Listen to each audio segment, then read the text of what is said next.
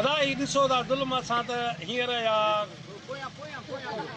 जंग लॻी आहे जेका अमेरिका जी ऐं ईरान जी, पर इहा त ताज़ी महीनो थियो आहे हिनखे। पर असां त ईअं सम्झो त पाकिस्तान ठहियो आहे त जंग जी सूरत हाल में हलूं था पिया।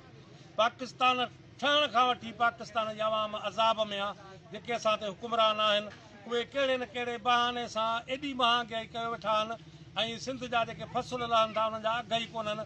हिते असां तमामु हींअर मजबूर थी विया आहियूं। हींअर जेको तेल हिननि चाढ़ियो आहे ताज़ो, इन तेल जे चढ़ण सां हर शइ चढ़ी वई आहे। ऐं तेल दुनिया जे मुल्कनि जिन में जंगूं लॻनि पियूं उते तेल कोन चढ़ियो आहे।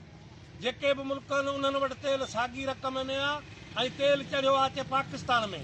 असीं मुतालबो कयूं था अदलिया खां ऐं हुकुमरान खां त महिरबानी करे ऐं तेल जो रेट लाहियो ऐं तेल माण्हुनि खे सस्तो ॾियो। माण्हुनि खे हर अज़ाब में न विझो, अज़ाब मां कढो माण्हुनि।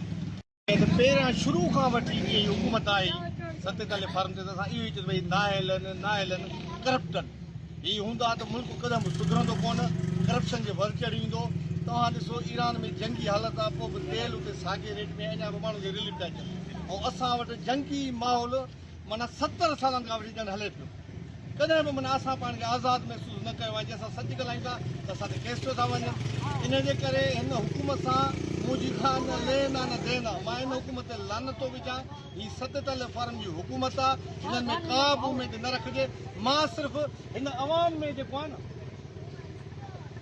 अवाम में उमेद रखियो था त हीअ रोडनि ते निकिरंदी, हिननि खे गिल ईंदी, तॾहिं को अमन बि थींदो, करप्शन बि ख़तमु थींदी। 47 फार्म वारनि मां कॾहिं बि का उमेद असांखे न मिलंदी, न मिलंदी, न मिलंदी। जीअं त अॼु क़ौमी आर्मी तहरीक अयालती प्लेटफार्म तां असां हीउ मुतालबो कयूं था ऐं तालका मोरे शहर में असां गुज़ारो कयो आहे त हीअ नायल हुकूमत रोज़ु पंहिंजी मनमस्ती कनि।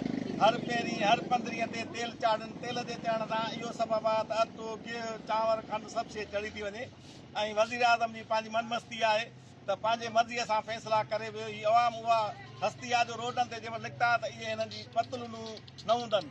अगरि असांजो अॼु मुतालबो आहे त 250 खां 200 ताईं डीज़ल ऐं पेट्रोल हुअण खपे। अगरि जे न थियो त कुझु ॾींहंनि में हिननि खे ख़बर पवंदी त अवाम छा आहे जीअं